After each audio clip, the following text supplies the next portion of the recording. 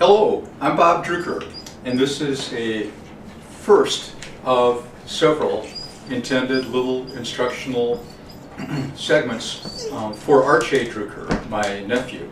Archie is 6 years old. Hi Archie, it's good to be talking to you like this.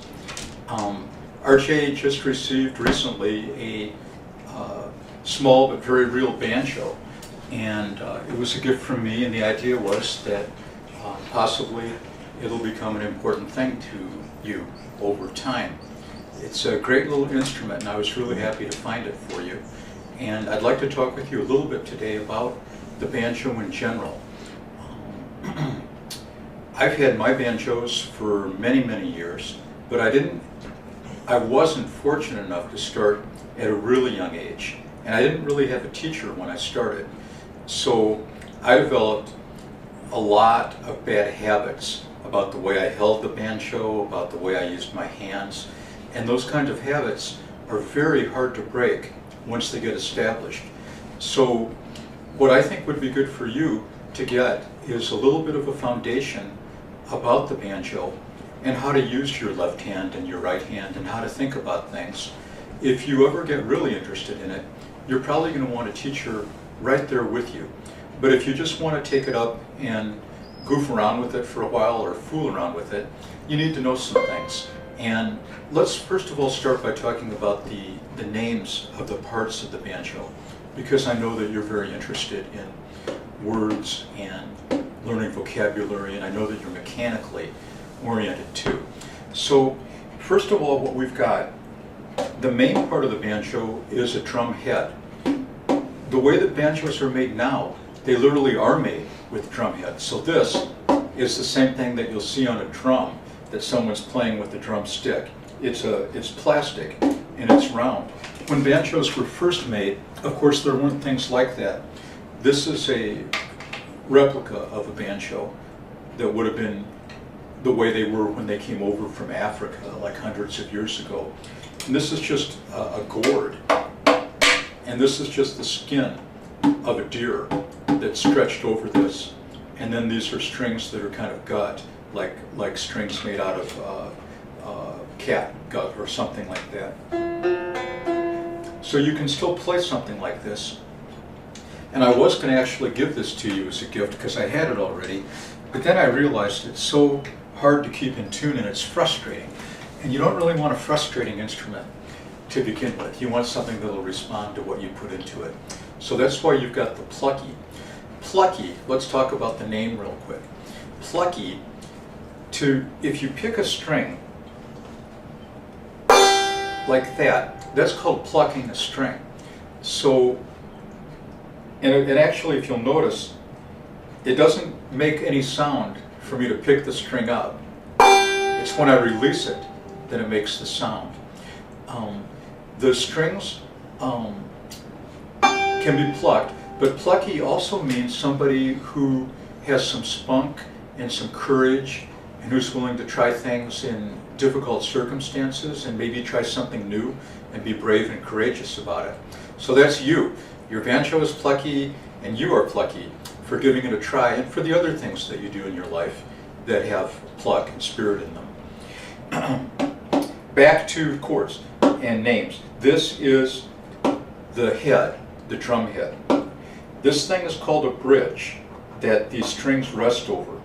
And the bridge position is extremely important. If you move the bridge up or down, it changes everything about the way your banjo stays in tune. So in your banjo, I believe I took a pen or a pencil, I can't remember now what I did, and I traced the outline of where your bridge is supposed to go. So if you ever get your bridge knocked or moved or it slips around on you, you can see right where it's supposed to go back.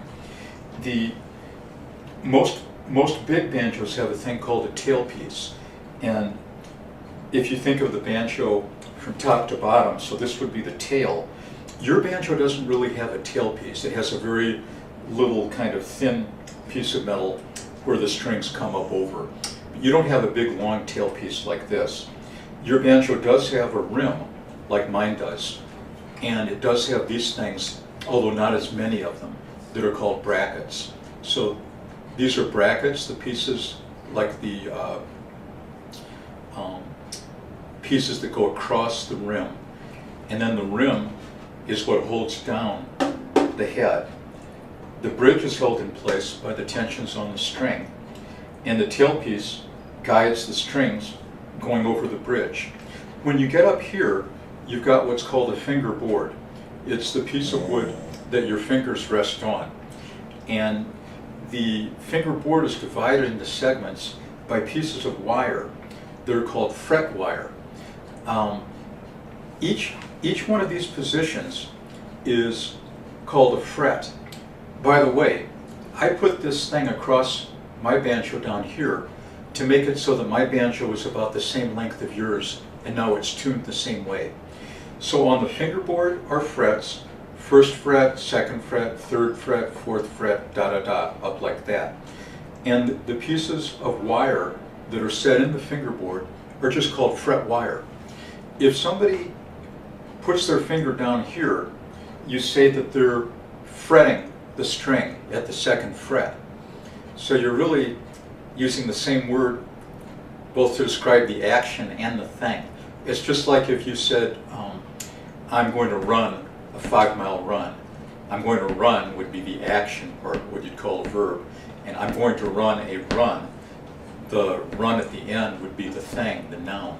So I'm fretting the fret at the second fret. And every time you fret higher up, you get a higher pitch. Now, up here, you have a thing that the strings cross over that's called a nut. And your banjo has something mine doesn't have. You have a little piece of metal running across here that your strings run under. That's called a string tree. The reason that happens is that in banjos with big pieces of wood, there's an angle. You have to have an angle between here and here. But your banjo is just a single piece of wood, and it doesn't have that degree of width in it that they could cut that out. So in order to get that angle so that there'd be tension on the strings coming over your nut, they simply have it so that yours gets pulled under by that string tree. Now, the part up here, this part of the wood is called the peg head. And the reason it's called the peg head is these things are called the tuning pegs. And there are 4 tuning pegs up here for 4 strings, and there's your 5th string tuning peg is down here.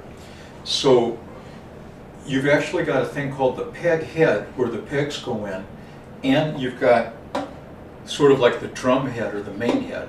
So if you ever take this to show and tell again, because I guess you did that once already, you could say that your Uncle Bob gave you something that has 2 heads, and then people would go, wow, what's that? And then you'd pull out the banjo and you'd say, see, there's a peg head and a drum head. Anyway, now I have a tuner clipped onto the peg head. We're not going to talk about tuning in this segment. So, so basically what we've got then, just to review, you've got a head that's like a drum head, you've got a wooden bridge, you've got a little tailpiece on yours, not like my big tailpiece. How do you name the strings? The short string, the one that's closest to you, is called the 5th string. And it's always the highest pitch. The next string, the fattest string, is the 4th string. Then the next string going away from you is the 3rd string. The next string going away from you is the 2nd string. And the string that's furthest away from you, the 1st string. In reverse order, 1, 2, 3, 4, 5. It's kind of funny because the strings they get lower and lower, but then the 5th string is higher. And it's the 5th string that gives the banjo a lot of its character.